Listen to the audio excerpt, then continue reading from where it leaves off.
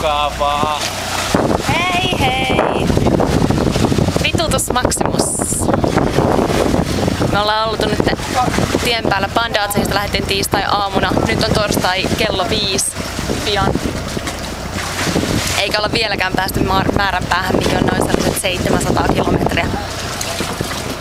Tultiin aamulla tähän veneeseen 9 aikaa. Ja vieläkin ollaan samassa paikassa, mistä ollaan lähdetty. Merenkäynti on kuulemma liian kovaa, ettei voida mennä tuolle avomerelle. Ja nyt mitä täällä paikalliset yrittää duunata, koinkaan vakuuttavia työmiehiä he eivät ole. Ja nyt siirretään sitten kaikki kamat, mopot, yllä olevat kalalaatikot, lattian alla välissä olevat riisipussit, rakennuskamaa, kaikki tohon isompaan veneeseen, että päästään lähteä Palanin kylään.